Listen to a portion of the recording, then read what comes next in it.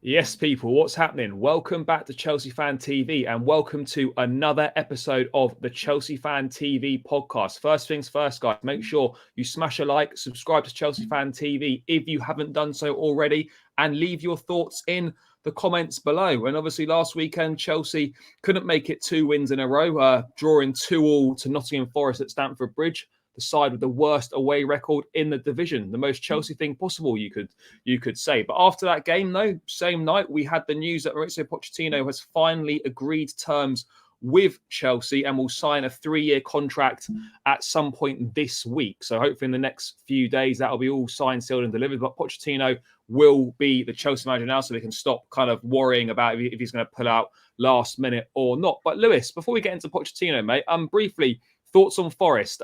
Pretty standard Chelsea, really, wasn't it? Everything we've done okay against Bournemouth, kind of just reverted back to type and did the same old shit we've been doing all season.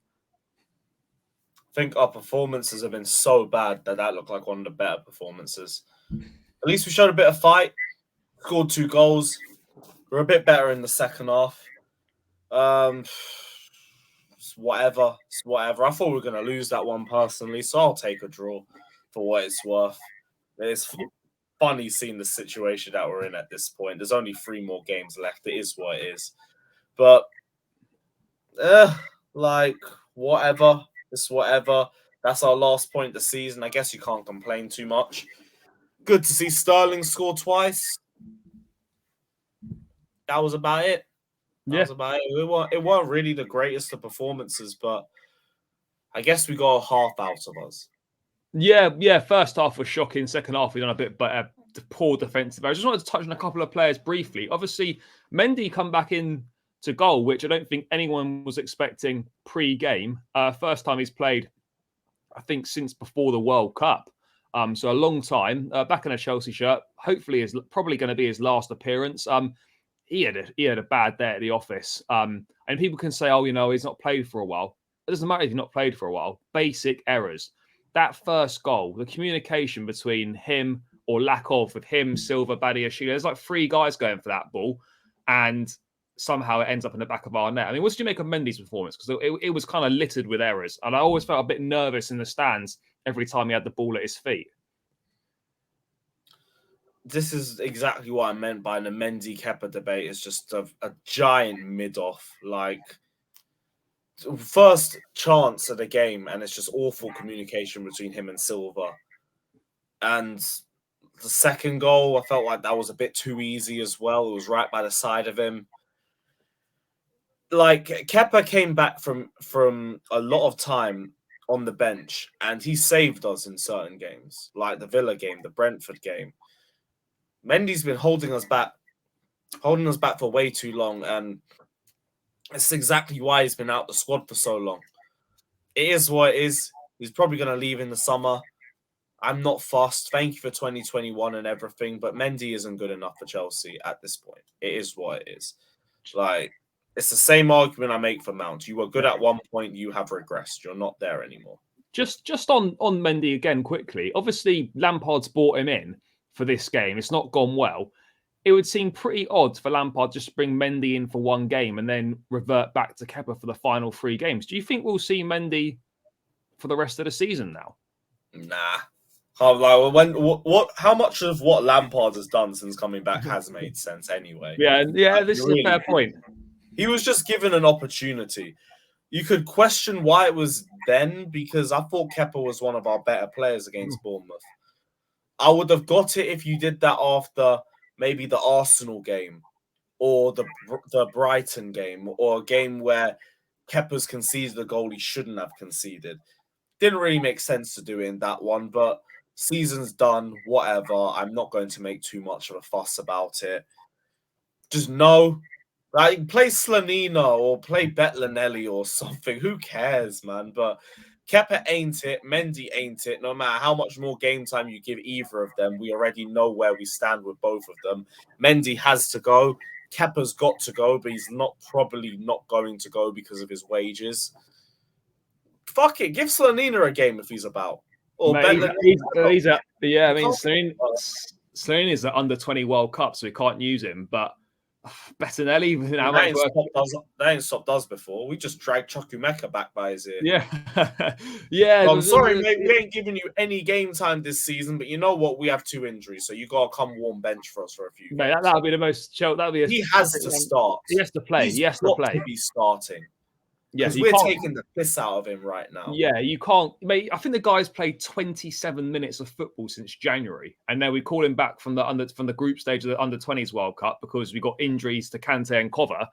He has to feature at some point. But just briefly on goalkeepers before we move on, mate. What should you make of the report saying that Mendy in his new contract negotiations was demanding about 170k a week, so he can be on parity with Kepa? Kind of, yeah, quite laughable. Really, I'm not really sure what to think of that situation. I mean, what were your thoughts briefly on that one? Because obviously Mendy's performances, I could understand that if he was negotiating a new contract after 2021, by all means, absolutely. But coming to negotiate a contract when you've barely been in the team and your performances have gone through the floor, it's just a no-go. And it just kind of goes to show how disillusioned and deluded some of these players seem to be. I was wondering why we haven't had any contract talks with Mendy in a while. Well, there it is, 170k a week. I wouldn't call him back either. The nerve. First, Mendy and Mount, and like it's a completely different tangent. But the fact that I can say, why are we giving Edouard Mendy that much money for doing nothing? I mean, for not performing and regressing, and everyone universally agrees with it. I don't get any corn on the timeline. But when I say the same thing about Mason Mount, I get called deluded. I get called an agenda merchant. I get told I hate Mason Mount. If we want to be real about it, Edouard Mendy has reached a higher ceiling than Mason Mount ever has. Goalkeeper of the year, UEFA Goalkeeper of the Year. When did Mount win Midfielder of the Year? When did he win UEFA Player of the Year? When was he second for goalkeeper for the Ballon d'Or or anything like that? Because the fucking Yashin Mendy Award, was yeah. the goalkeeper.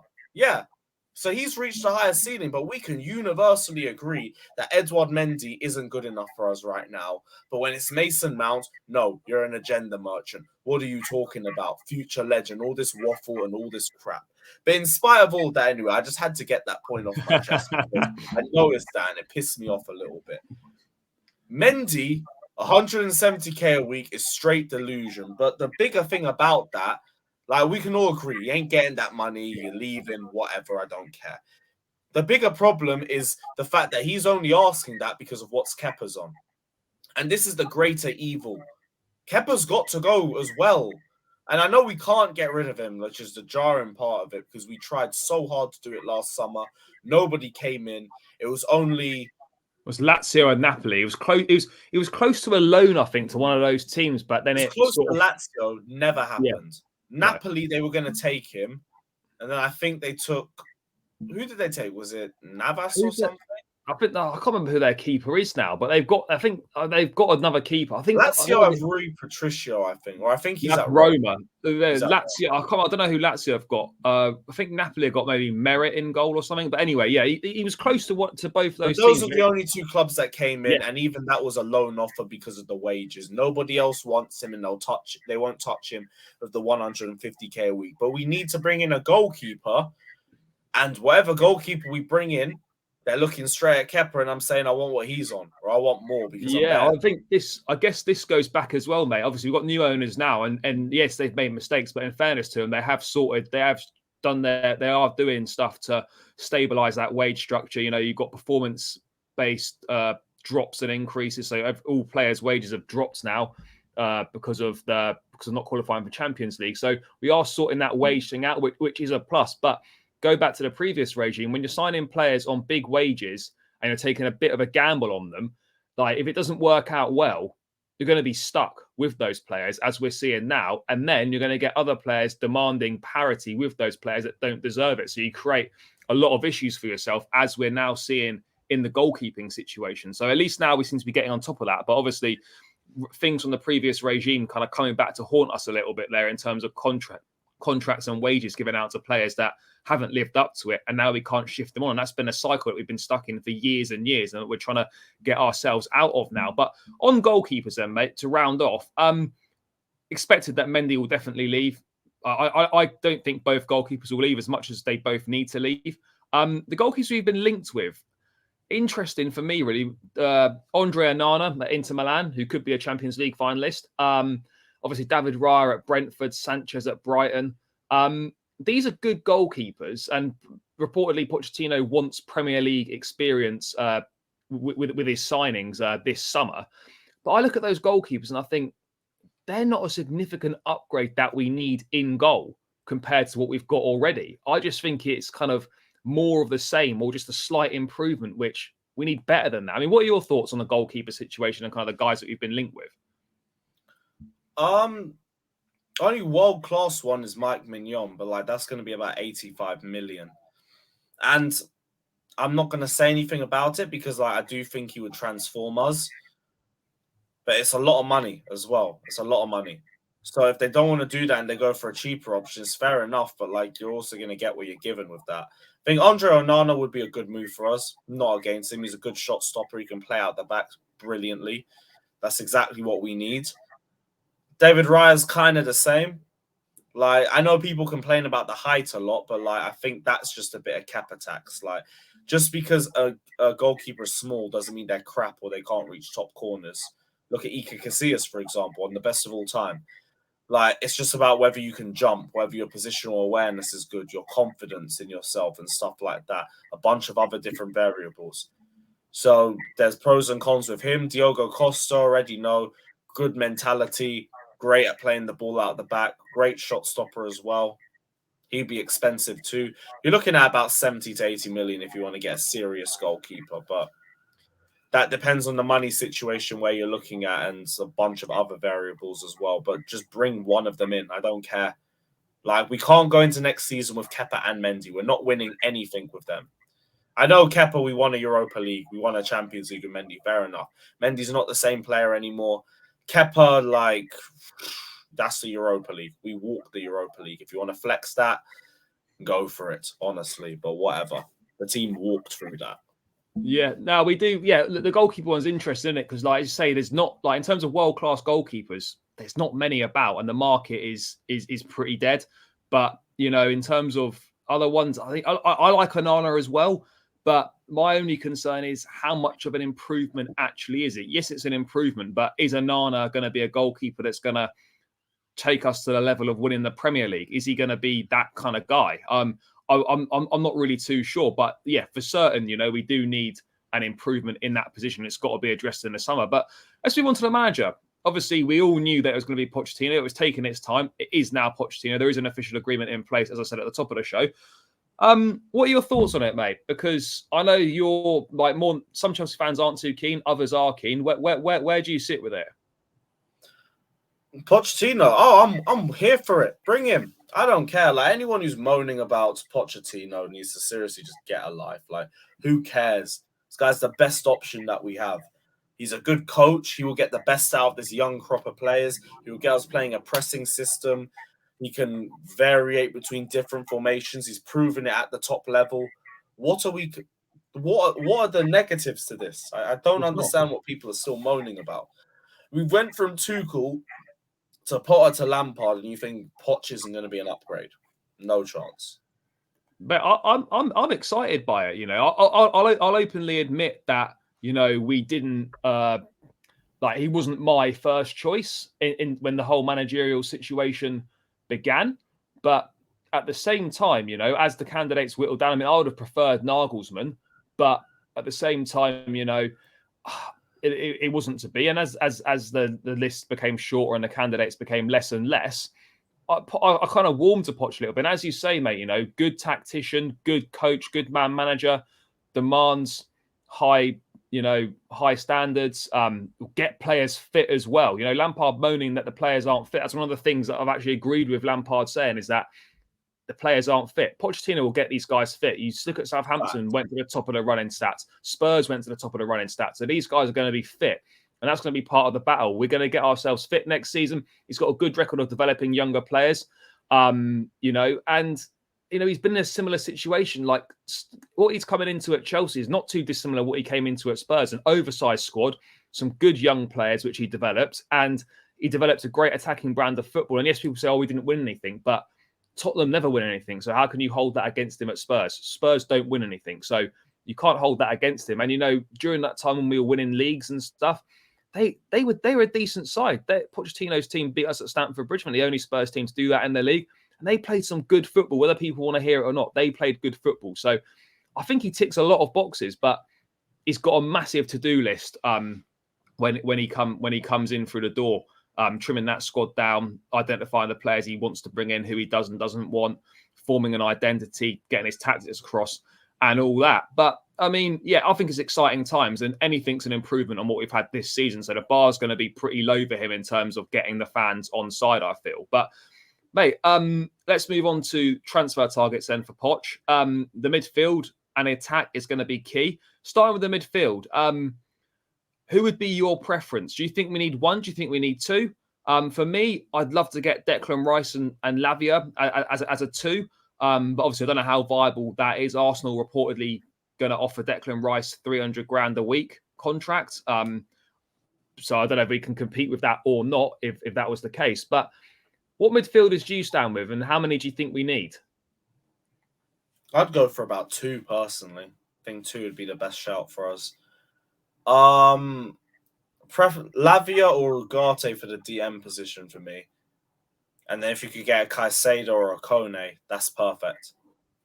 Do you worry about a lack of experience in that, though? Because they're obviously young players. I mean, Caicedo, 21 Premier League experience and whatnot, and proven in the league. I don't think that's too much of a risk. But in terms of kind of a Kone coming in from Mönchengladbach, yes, he's a decent young player. Do you feel that midfield still would lack experience with a lot of guys, well, either teenagers or in their early 20s? Do you feel that we could maybe do with a slightly older, more experienced option, particularly if the likes of Kovacic moves on, if Ruben moves on? It really only leaves us Kante as the kind of the only older head, as it were, in the team. Do you think that matters? In the short term, maybe. But like in the long term, not so much. Kone, yeah, like he'd be a bit more inexperienced, but like we've got one game a week as well. I think you could kind of manage with that. And Pochettino's worked with younger squads before anyway. Lavia, Ugarte, I think he's competed in the Portuguese league. I'm not too sure where Sporting finished last season, but I know this season they're in fourth. And I think they're still in Europe. I don't know, but no, they got. I don't think it makes too much of a difference. Yeah. I don't think it makes too much of a difference. I guess honestly. if you're good enough, you're old enough, sort of thing, isn't it? Like basically, that's kind of how it is. But the midfield is going to be key for sure, because again, we are moving in the right direction. Enzo's come in, but we still need one or two more, and we still need to get rid of players. I mean, if it was down to you, mate, which midfielders would you be shipping out? I mean, for me, I think obviously we need to get Kante to sign that new contract, and then I'd be looking to get rid of Gallagher and Loftus-Cheek. I think they probably both need to go. And Kovacic. So we're looking at three. I think those three will go. Three to go, two to come in. Although Ruben, I wouldn't mind keeping. Would you rather keep Ruben than Gallagher?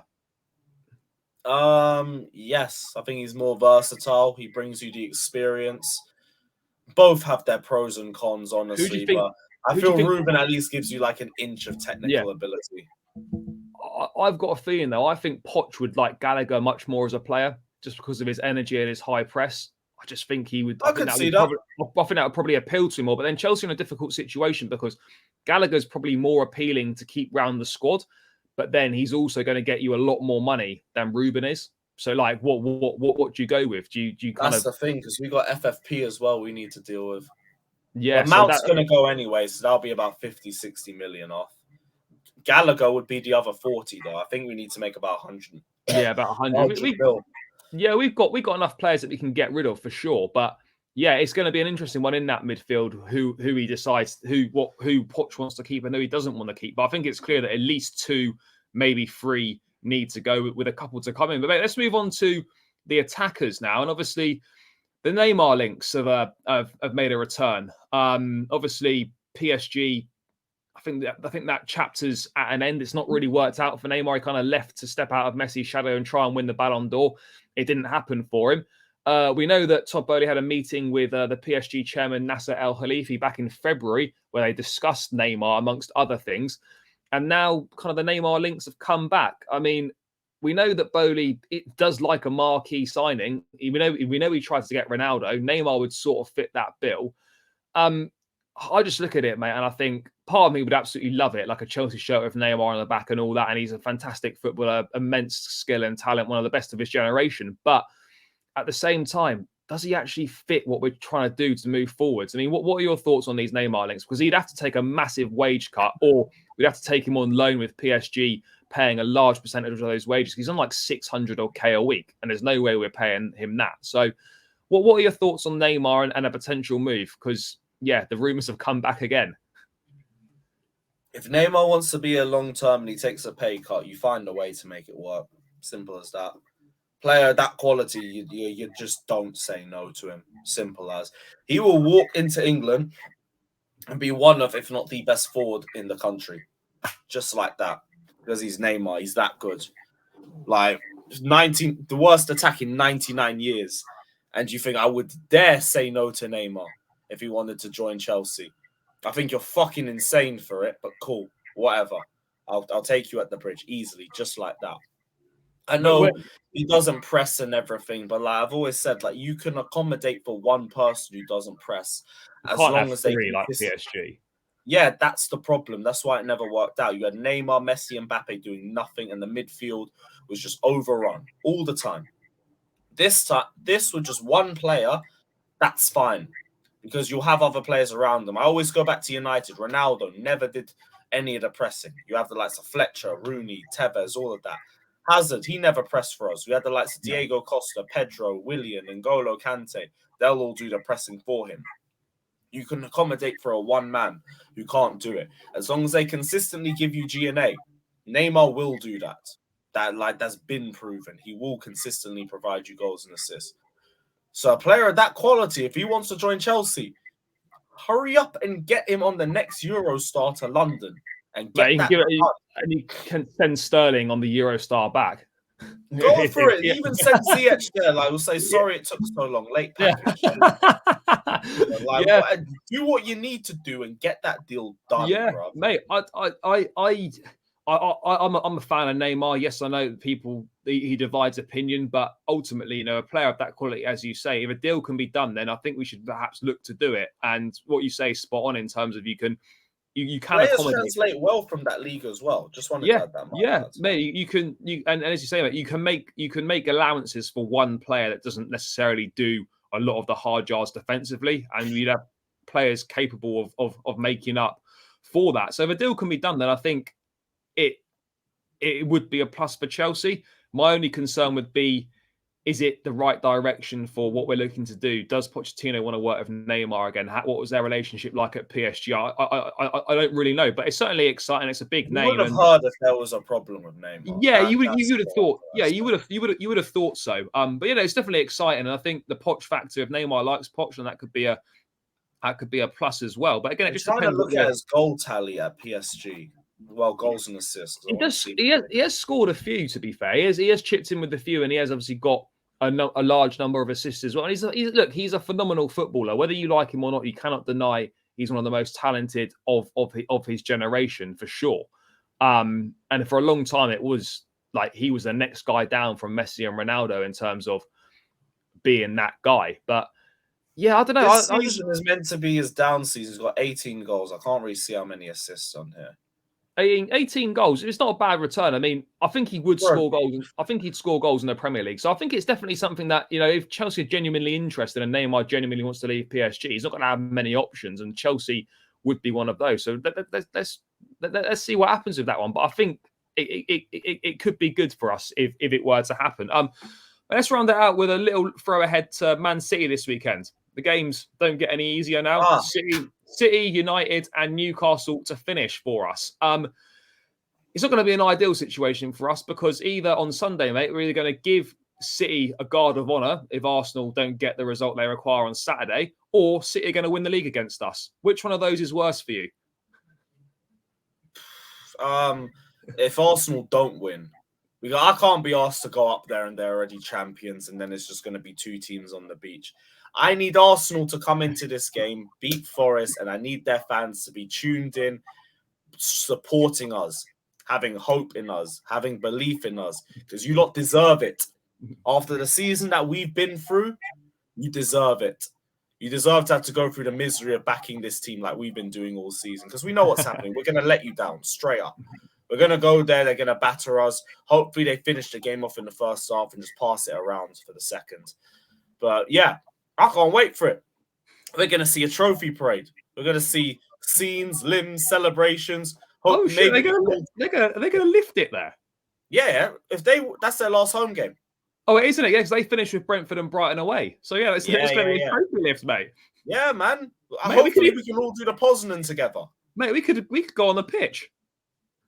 I'm up a tier. I don't think I'd be able to. Are you lower? Oh, I don't know, mate. But mate, I don't know. I'm up a tier, so I can't. I'll be shaking hands with all the City fans up there saying congratulations. Yeah. Saved us. But in terms of lineup, I want all the veterans, all them man who don't give a shit. I want an Oba Ziyech Pulisic front three. That's how bad I want this.